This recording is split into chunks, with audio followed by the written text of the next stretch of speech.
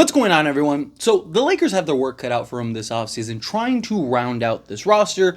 Obviously, the Lakers are trying to chase a star, Donovan Mitchell, Trae Young. Maybe they go get a DeJounte Murray, whomever, right? Whatever they ultimately end up getting as like the grand prize, which I do believe that the Lakers are going to get somebody. They have the assets. No, can they get a Donovan Mitchell? I don't know. I think that that's kind of always been a bit of a pipe dream. I think that Donovan Mitchell has to really force his way. I still do think that Trae is probably the most likely, just given that I think he'll have a limited market. Plus, I think that you've heard all the reports that he kind of wants to be a Laker. I mean, Kendrick Perkins on like live television was like basically that Trae told him personally. So I do think that the Lakers are going to land somebody, whomever that is. But this playoffs has really shown the value in just the hustle guy, right? The dirty work guy. And I've talked about them in the past, right? I've made videos about it. I've talked about, how we need to find pieces like that, even around the trade deadline. And I think that that really is apparent. Now, obviously, the Lakers have multiple needs. They need another big man. They need some size and athleticism out on the perimeter. They need some legit two-way guys, without a doubt, right? The Lakers have a lot of ground to cover when it comes to the roster coming up. But they also need guys that are willing to do the legwork. I mean, look at even just Laker teams that have won in the past. Take the 2020 team, for example. You had, Alex Caruso, Avery Bradley, right? You had JaVale McGee, Dwight Howard, Rajon Rondo even at that stage was more willing to do just kind of the little things and the dirty work and the legwork, right? Go back to, Trevor Ariza and, Shannon Brown and all these guys that, again, were willing to do the dirty work. And you need those pieces. Look at these playoffs, right? The New York Knicks basically had their entire roster decimated, and they were still able to have success, win some games, and look like, hey, maybe they could still pull this off because of guys like Josh Hart, DiVincenzo, right? Just being Hartenstein, right? You can't forget about him. Just working their tails off to get loose balls, to chase down offensive boards, right? To do the dirty work. Look at Dallas, right? You got, Derrick Jones Jr. is out here, Daniel Gafford, Lively. You got all these guys that have shown that, hey, we might not be the most talented guys at times, but even if we're on the court and we're not contributing on the offensive side, right? Like, let's say Luke and Kyrie are in their little zones and they're killing it, right? But you still see the other guys doing the dirty work.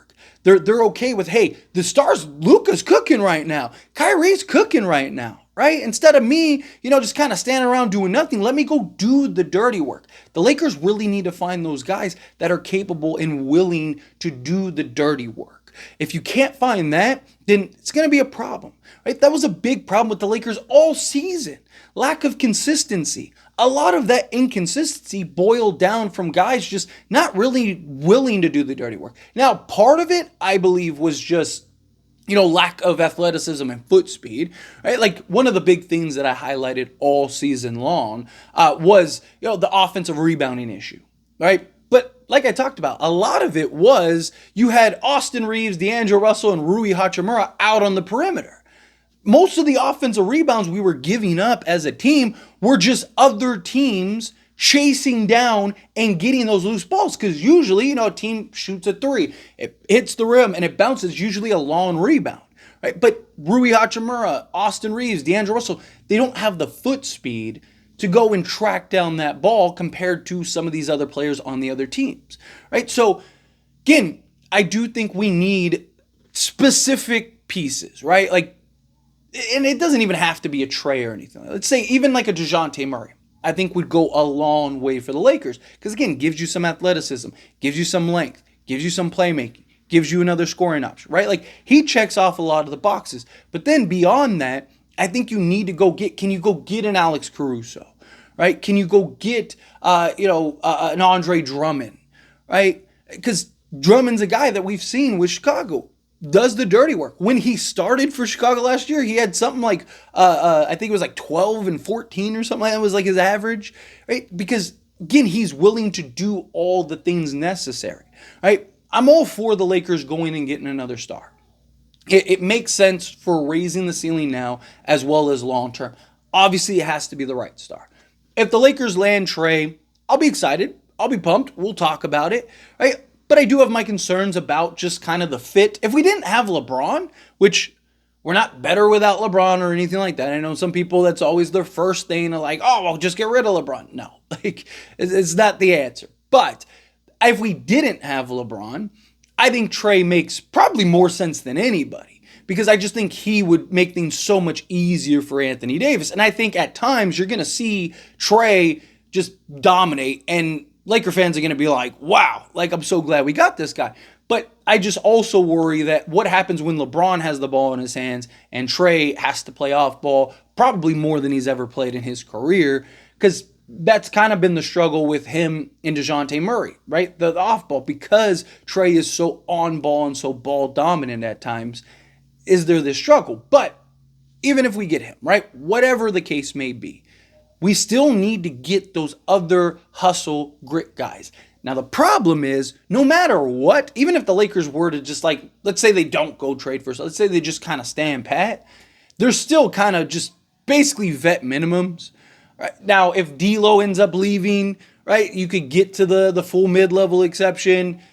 Sure, but even then, it's like the Lakers have to, it's going to be hard to kind of dig through the trenches. Now, this free agency class isn't the greatest. It's not terrible, but it's not the greatest. But it also, you'd be shocked, right? Like, you look at like Derrick Jones Jr., like, he was not even a thought, right? Like, he was a guy that was just basically taking up space on teams like Chicago for a long time, like, not even getting an opportunity. And then he goes to Dallas, gets an opportunity, gets a role, working hard, playing hard, doing the dirty work, right? Using his athleticism. Like, on the surface, he looked like a guy that's like, oh, why isn't he getting more time? Why isn't he getting more production? And then he goes to Dallas, and it shows that, like, okay, again, opportunity, position, right? Like, just the right role. I think there's a lot of guys like that in the league. There's a lot of guys that I do believe that if given the proper opportunity, I'm not saying all guys, I'm not saying every guy that's sitting at the end of the bench is somebody that can do it, but you've seen those on numerous occasions, right? Guys that, you know, people didn't even think were anybody, like, oh, why are they signing this guy, right? Because it's not the big sexy name. It's not the name that people associate with being this like super high caliber guy.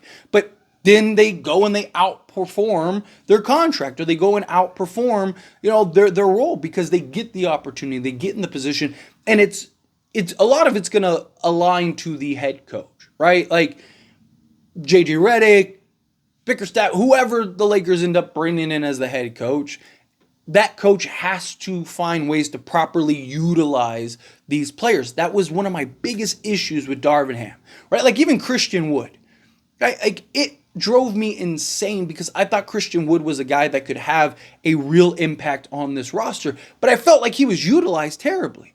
Same thing with Rui Hachimura, right? Spencer Dinwiddie, when the Lakers landed Spencer Dinwiddie, I was stoked for Spence, right? I was like, they just got a guy that's like everything that they need. Can provide some playmaking off the bench. Can go get you a bucket, right? We've known that he can be a bucket getter. He's done it his whole career. A guy with some athleticism and some good size out on the perimeter that can defend and do multiple things. And then it was just like, okay, he's just basically going to play the Joe Harris or Eddie, or, you know, or Daniel House role, where he's just basically standing in the corner the whole game. And it's like, again, you got to put these guys in position. You look at Dallas, like these guys know their role, right? You look at Dallas, guys understand like what they're supposed to do, where they're supposed to be.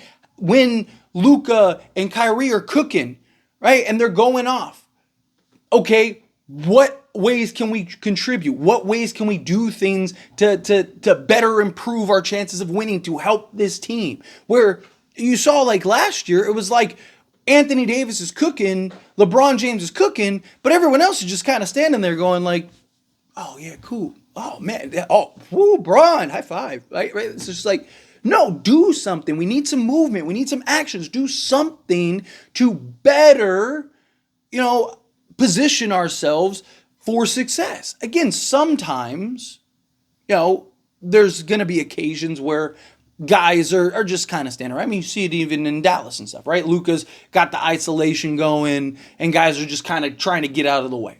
I get that. But you also see in key moments guys stepping up. Denver, How did Denver beat us? It wasn't Jamal Murray. It wasn't Nikola Jokic. They weren't the issue. It was Aaron Gordon doing the dirty work, pulling out the big rebounds, making the big plays, sacrificing his body, right? Like, we need to find those kind of guys. Those, again, and it's easier said than done to find the diamonds in the rough, right? Like, cue the Aladdin meme, but like, it's not impossible, right? Because there is certain skill sets, right? You get some foot speed, some athleticism, right? Guy with some decent length, bring them in. Like, Cam Reddish is a guy that I think, or was the idea of, like, he could be the dirty work guy. And look, he showed a lot of that early on. Can he improve and keep building on that, right? Like, maybe with the proper coach that's not heavily utilizing him. I mean, Darvin Ham was playing Cam Reddish like he was OG Anunoby. Like, it's just, like, come on, man. Like, that's not what we got here. But I do think you can find these guys that can contribute and do some of the dirty work in limited minutes or even extended minutes and whatnot. Obviously, you're always going to run your 5 best guys. So, if the Lakers have something like, I don't know, DeJounte Murray, Austin Reeves, Jared Vanderbilt, LeBron James, and Anthony Davis, you're running them the majority of the time. But also a guy like Jared Vanderbilt is somebody that we missed greatly. Same thing with Gabe Vincent, right? Those were the two guys that were looked at as like the dirty work guys, and we didn't have them pretty much the whole year. Now, I'm not saying that that would have been the be-all, end-all, and the Lakers would have won the championship if they would have been healthy, but I think it would have changed a lot, right? If you had a fully healthy Jared Vanderbilt, and you had a fully healthy Gabe Vincent, and both of them kind of got into the flow, got into the rhythm, had their legs under them come the playoffs, the Denver series could have been very different, right? And the Lakers could still potentially be playing basketball right now. Right? Again, you don't know and we'll never really know, but the idea is like, yeah, I mean, those were two of like our key dirty work hustle guys that would have impacted the game in more ways than just the box score. That's the thing. Like, how do these guys impact the game beyond the box score? Right? Most people like to just jump like, oh, this guy only had 3 points and whatever, right? But what did they do to impact the game? Right? Like, when you watch the game, what was their overall impact? And to me, Gabe Vincent was one of those guys that I talked about that I believed would have impacted the game heavily beyond the box score. It's just, he never really got the opportunity because of injury. I don't think that's a coaching issue because Darvin Ham loves guys like that. I think a lot of it was just like he was out the whole season and now he's jumping into the mix of it and like, can't really do much. Right now he's limited. But anyway, as always, this is a discussion. I pass a question on to you. Let me know your thoughts and opinions down in the comments below. What do you think? How do you feel? What are your thoughts? Do you agree with me? Like, yes, get whomever, whatever the sexy name is, right? Go get the sexy name, but you got to get those big impact role guys because we're really seeing that in these playoffs. These playoffs have been massive for all these teams. Just the guys that are willing to do the dirty work. Even with Minnesota, right? Like Naz Reid, right? Mike Conley's a guy that's willing to do the dirty work. Alexander Walker, right? Like, you got multiple guys that are willing to sacrifice their body and chase down loose balls and do the dirty work. And I think that that's very important. But again, love to hear your thoughts and opinions, however you feel, down in the comments below. That being said, if you haven't liked this video, hit that like button. Helps me a lot. It's me enjoy these types of videos, and I truly appreciate it. Not subscribe channel, hit that subscribe button. Turn on the bell notifications. Appreciate y'all. See you in the next one. Thank you.